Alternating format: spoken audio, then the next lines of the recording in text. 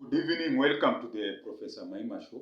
Hope you are doing well wherever watching me from. Please subscribe, share and like this video. So today I want to talk about the state of affairs here in Kenyan universities. So a few months ago, the Kenyan universities had gone on strike about pay increment, most of the public universities. Here a lecturer, a full professor is paid a gross of nearly $2,000, that's 200,000 Kenya shillings, and then it goes down and down until it's called tutorial fellows, which is around 150,000 Kenya shillings. That's like $1,000. But these days, public universities and also private are using what is called part-timers. So a part-timer is someone with a master's who by all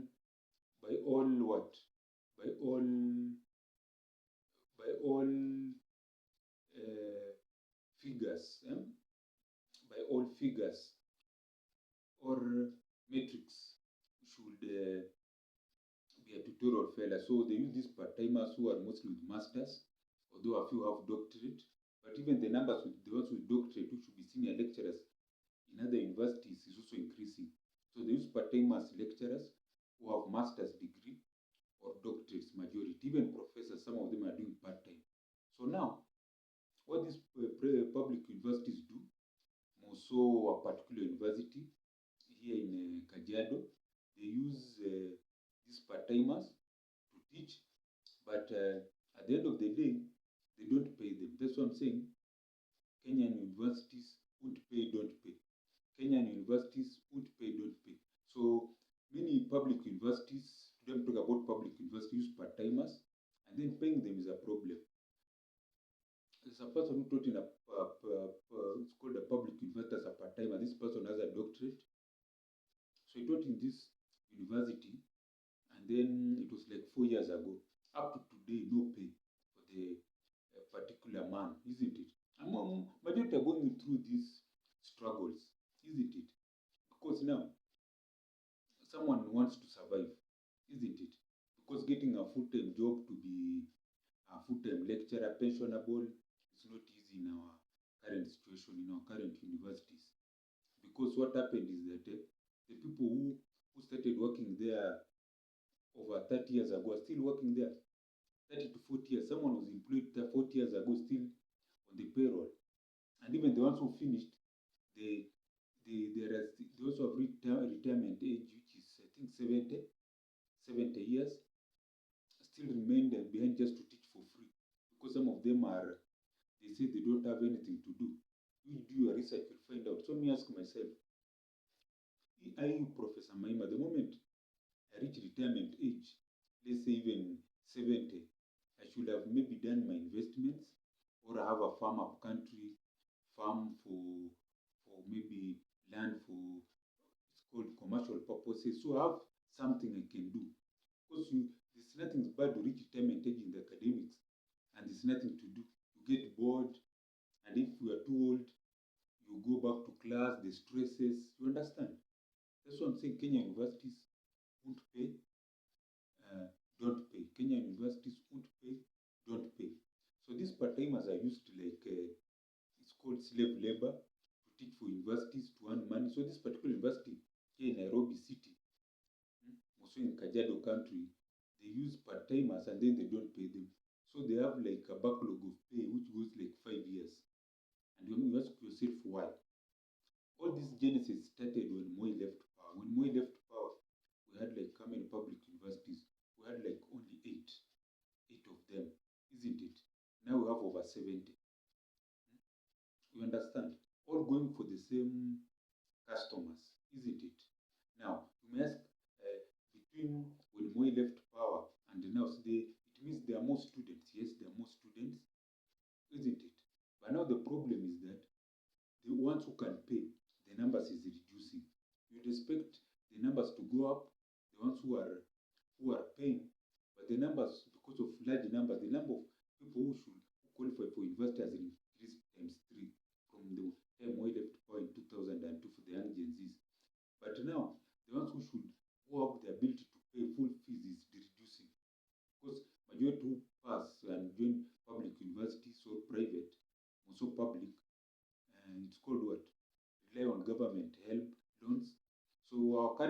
President Ruto went and destroyed all that system.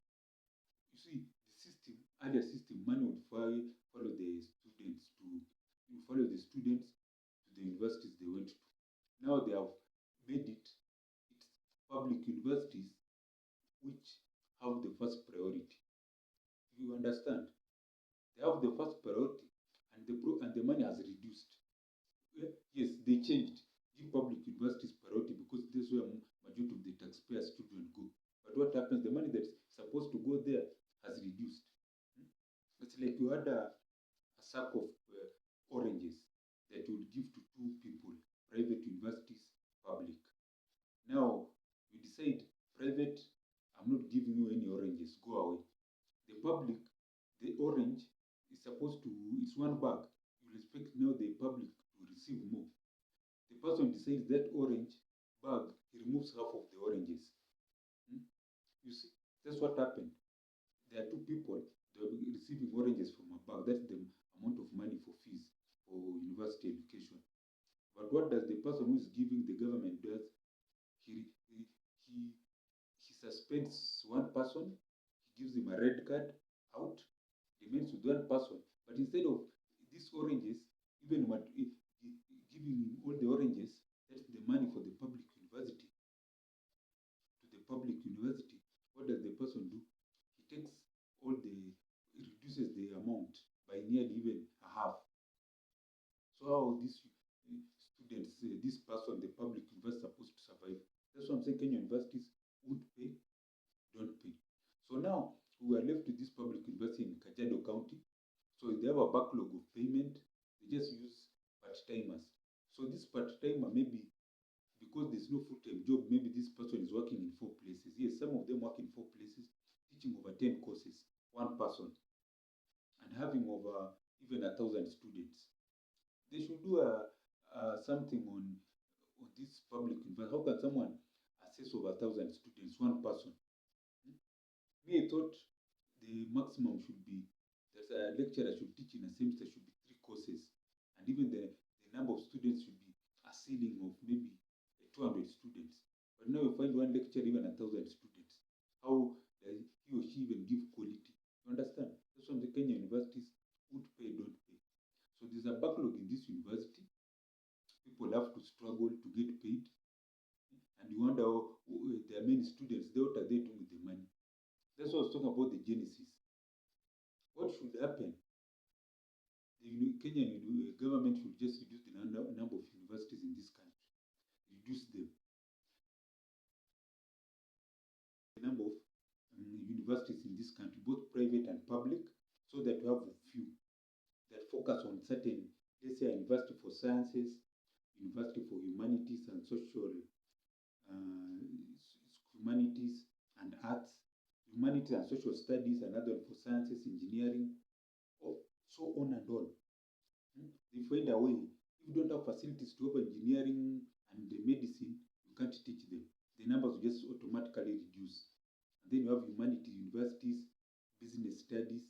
You understand? But now, all the same, cannot. That's on the government side. But what I can tell us lecturers, what you can do as professors and people who are lecturers, we should now be banding together and also starting our own universities, because now it's a free market, whereby the trader who is the lecturer, the retailer who has the knowledge or the services that it's rendering, needs also to have his own shop. Instead of being hosted by a shop owner at the universities who use him to sell his services, and then instead of giving him his dues, they get all the money and run away. It's as if you are going to someone has rented you his space in his shop to sell your wares. Once you have sold them, he takes all the profits and you remain with zero.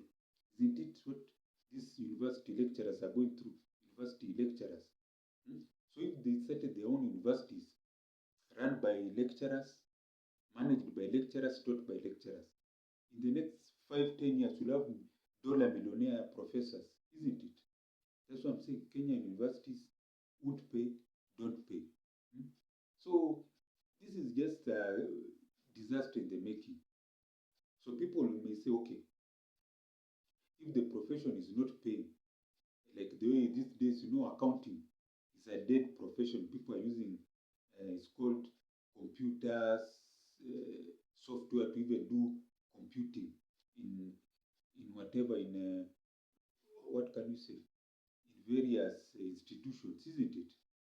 So accounting is something that died long ago. People used to do CPA, what. No, that one is not needed. You can have your own company with one accountant. He just uses the software to compute things. Even you don't need some of them. You understand? Instead of having 100 accountants, one can handle many, isn't it?